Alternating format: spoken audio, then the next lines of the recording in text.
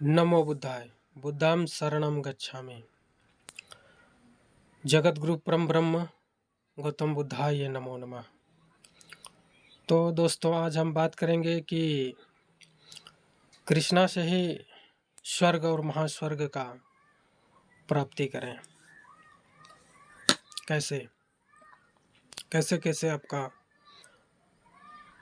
पहुंच बनता है, आपके कर्म द्वारा, आपके धर्म द्वारा। तो दोस्तों, आपको सबसे पहले जो है कि साधारण पूजा करना चाहिए। बिल्कुल उनके आस्था में रह के उनको प्राप्ति करने के लिए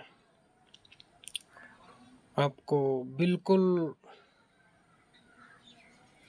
निर्भय निर्विघ्न, बिना किसी के चिंता फिक्र किसी भी चीज़ के, ऐसे जो आपको आपके मस्तिष्क को, आपके मन को बिखेरता है, ऐसा कुछ भी आपको नहीं चिंता फिक्र करना चाहिए।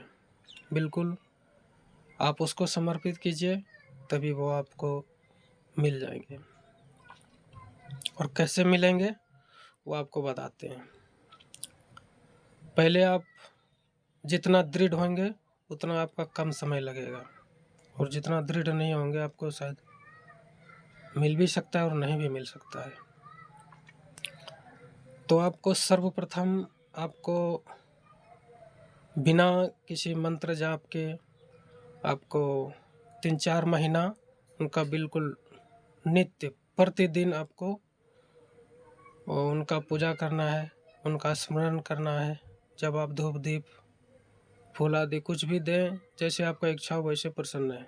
देवी देवता को कोई भोजन नहीं चाहिए। तो सर्वप्रथम ये करने के बाद फिर जो है ये करते रहें। और आपको सर्वप्रथम जो शुद्धि आपको चाहिए वो शुद्धि होता है, जैसे कि आप भूत का, अष्टभूत का, जो कि परंपरा है, प्रकृति है, परंपरा है। हाँ, आपके कुल का हो या और भी कोई का हो, वो अष्टभूत, ये ऐसे भूत जो कि गरुड़ पुराण के अंतर्गत आता है, जिसमें आपका भी कुछ लिंक रहता है। तो आपको वो उस अष्टभूत पर शुद्धि करना है संपली पूजा से। उसके बाद जब आप अपना परम अष्टभूत पर भी आपको शुद्धि करना होगा। उसके बाद फिर आपको अपना परम अष्ट शुद्धि होने के बाद फिर आपको अष्ट माता शक्ति का सिद्धि होता है। अष्ट जैसे आप एक ही माता नहीं समझें, जैसे कि दुर्गा, महाकाली, महालक्ष्मी, महासरस्वती हैं, ऐसे n प्रकार के अपने हिसाब से दिमाग लगा लीजिए। उतना बताएंगे तो वीडियो लंबा हो जाएगा। तो उन सब का प्राप्ति जब आपका चेतना जब जैसे आप अपना शुद्धि करेंगे तो आपका चेतना जागृत हो जाएगा, तब आपको प्राप्ति होगा अष्ट माता का, हैं, अष्ट सत्य का, अष्ट ब्रह्म का, सत्य ब्रह्म का प्राप्ति होगा। जब ये प्राप्ति हो जाएगा आपको, तब जाके अष्ट माता का दर्शन होगा, आपको वो प्रकाश मिलेगा या शुद्धि होगा। आपको अगर नहीं कुछ ज़्यादा दिन से नहीं भक्ति किए है तो ऐसा कुछ, तो आपका शुद्धि हो जाएगा। और जब आपका शुद्धि होता है तो अष्ट माता जैसे गिनती करवाए वो सभी का शुद्धि होगा।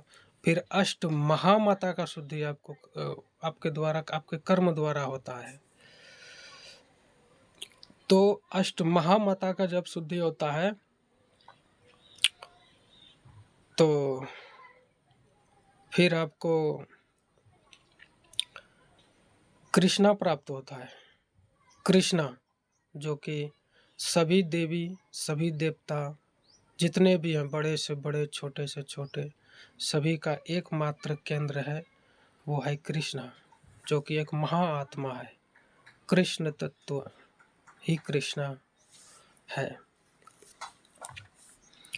सर्वश्रेष्ठ और छोटे में इंसान के लिए बहुत बड़ी है, ऐसे भी बहुत बड़ा है, ऐसा नहीं है। संसार मैं है, मैं है। कृष्णा एक महाआत्मा, महाईश्वर, महापरमेश्वर, परम ईश्वर, परमेश्वर भी है। तो मिलेंगे कृष्णा जब आप भक्ति करेंगे।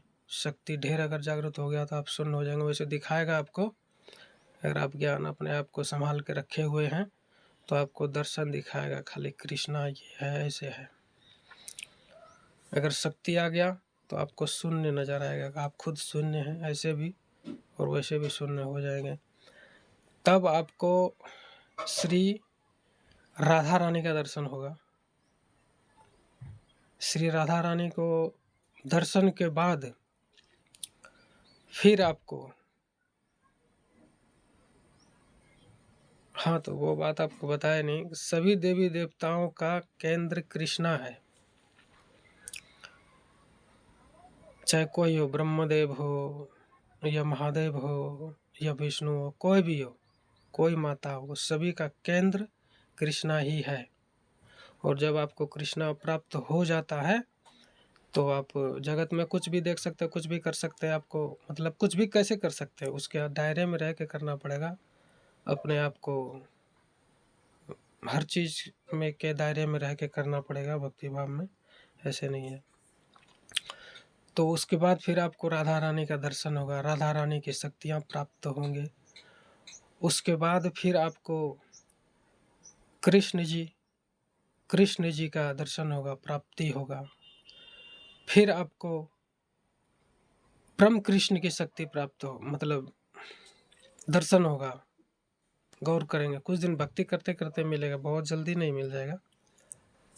तो परम कृष्ण का शक्ति प्राप्त होगा। और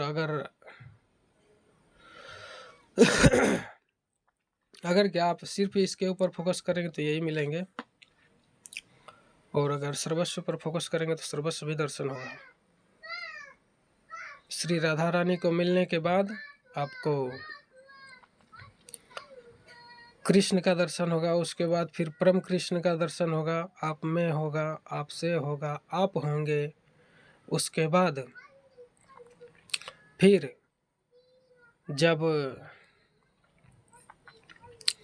परम कृष्ण का दर्शन हो जाएगा फिर आपको श्री कृष्ण मिलेंगे।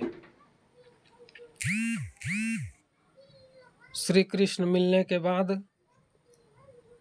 फिर आपको वो श्री कृष्णमय हो जाएंगे आप। उसके बाद फिर आपको फिर वैसे मिलेगा श्री लक्ष्मी नारायण,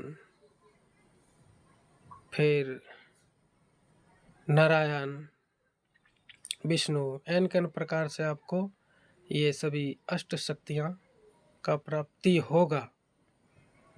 और तब जब आप ऐसे एन प्रकार से अष्ट, देखिए आप पुरुष हैं तो शिव मायने में गणना होगा। तब उस समय जब आपको इतना प्राप्ति हो जाएगा तो ब्रह्म मायने में भी आपका गणना होगा। वो शक्ति होगा किंतु आपसे वो इंसान है तो उस अंतर्गत में ही होते हैं, मानते हैं, सभी रहते हैं, मानते क्या रहते हैं। आप सही चलेंगे क्योंकि आपने ही किया, आपने ही जाना, आपने ही सर्वस्व को करा है। तो अष्ट प्रकृति, हाँ, अष्ट परंपरा, सर्वस्व पर आपका अधिकार होगा।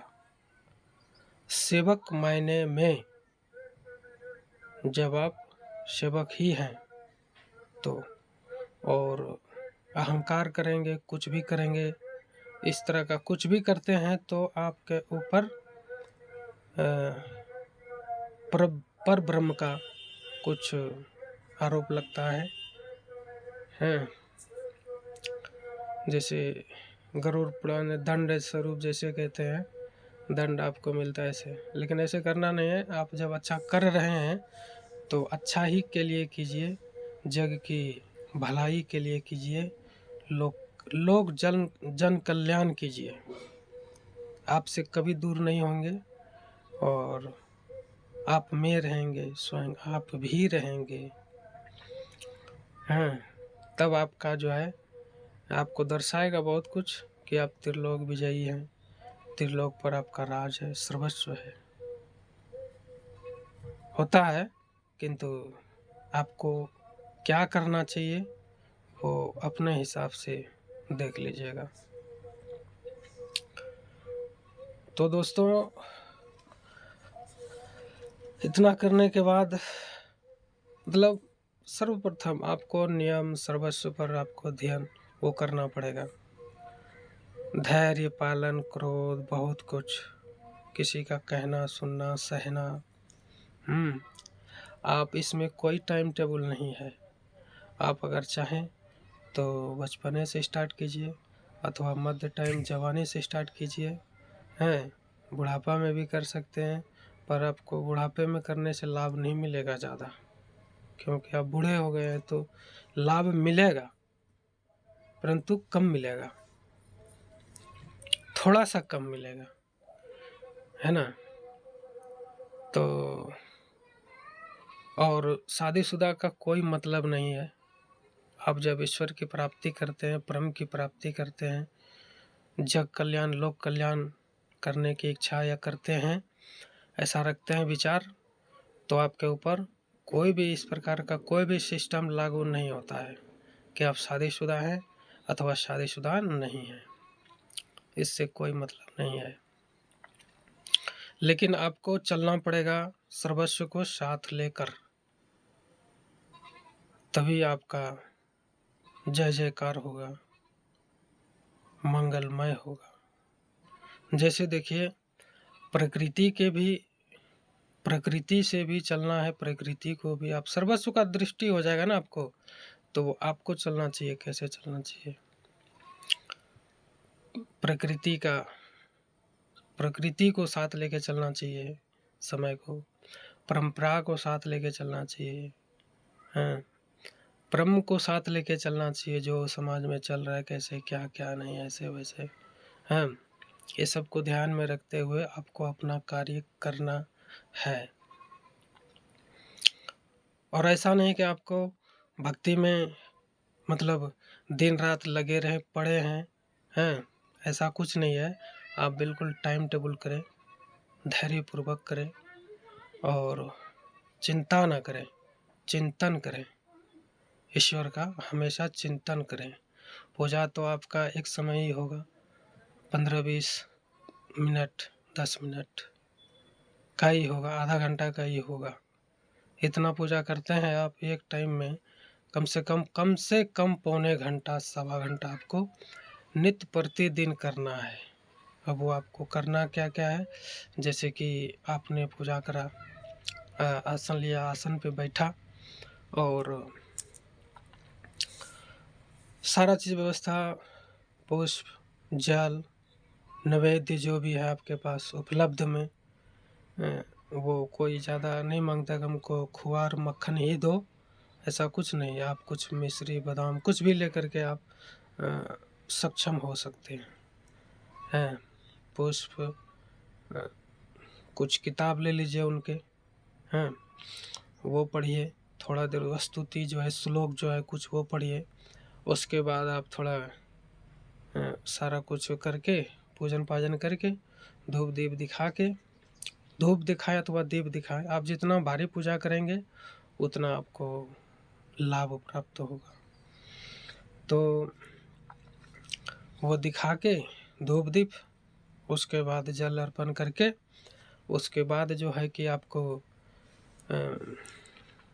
ध्यान करना चाहिए। जैसे अगर किसी का जाप मंत्र मतलब लिए हैं, मंत्र द्वारा करेंगे तो अत्यंत उत्तम रहेगा, क्योंकि मंत्र बिना कुछ नहीं है। मंत्र पूरी दुनिया है, ऐसे अगर आप साधारण रूप से करते हैं तो आपको मिल तो जाएंगे। जिसको कहते हैं ना बिना मंत्र का किसी ईश्वर को प्राप्ति करना, ये सर्वश्रेष्ठ है, मंत्र से भी बड़ा। बिना मंत्र जाप किए अगर आप इस तरह का प्राप्ति कर लेते हैं तो आपके जैसा इस धरती पर दिव्यवान पुरुष कोई नहीं होता है।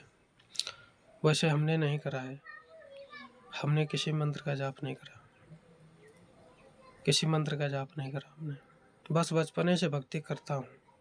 जब हम 13-14 साल की उम्र से थे, आस्था किए, लेकिन जब हम शुरू किए तो करीब 15-16 साल हो गया।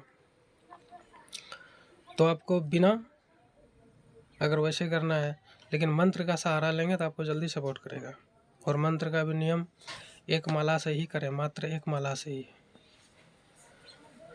पहले तो शुरू आप ऐसे करें, एक दिन 8 बार लीजिए मात्र, उसके बाद 21 बार लीजिए, उसके बाद तीसरे दिन 31 बार लीजिए, फिर आप 51 बार लीजिए, उसके बाद आप 81 बार लीजिए दिन के अंतर्गत। उसके बाद आप एक माला कंटिन्यू कर सकते हैं, मात्र एक माला। ये नहीं कि हम, ये कोई वो नहीं है जो आप समझेंगे कि सिद्धि है, सिद्धि हो रहा है, सिद्धि हो जाएगा, ऐसा नहीं है। मालूम भी नहीं पड़ेगा अगर जिस दिन आप 10 माला या 20 माला जाप कर देंगे तो। अपना आपका परम सामर्थ्य, परम क्षमता होना चाहिए। वैसे भी आदमी कर सकता है, करता है, जिसमें कि काफ़ी दिनों से भक्ति कर रहा है तो उसमें सहने की क्षमता है, उसने देखा है कैसे क्या होगा, क्या होना है। क्योंकि जब आप किसी दिव्य शक्ति का या ईश्वर का जब जाप करते हैं ना, तो वो कोई भी मंत्र निष्फलित नहीं है, बिल्कुल फलीभूत है। आपको उसमें खरा उतरना है, आपको डगमगाना नहीं है, आपको अड़िग रहना है, तभी आपको ग्रहण होगा। जहाँ डगमगाए कि बस वो उस समय उस शक्ति को आप संभाल नहीं पाएंगे, आप स्वयं लड़खड़ा जाएंगे, नहीं आप गिर जाएंगे। गिरने का मतलब है कि जैसे आपका माइंड काम नहीं करेगा और भी बहुत कुछ ऐसे। तो फिर आपको जाप करके किसी गुरु से लीजिएगा, जैसे कोई गुरु है, गुरु से मंत्र लीजिए, अथवा मार्केट में किताब में उपलब्ध है, बढ़िया मंत्र लीजिए। बढ़िया मंत्र जैसे कि देवकीनंदा विद में है, ऐसे कुछ जैसे है, तो इसमें आपको बहुत लाभ मिलेगा। और ये जाप करके, लेकिन गुरु आपको होना ज़रूरी है। गुरु रहेगा तो आपको कभी किसी चीज़ का एक आँच भी नहीं आएगा, हल्का सा भी खरोच भी नहीं आएगा आपको आपके जीवन में, आपके जीवन शक्ति पर।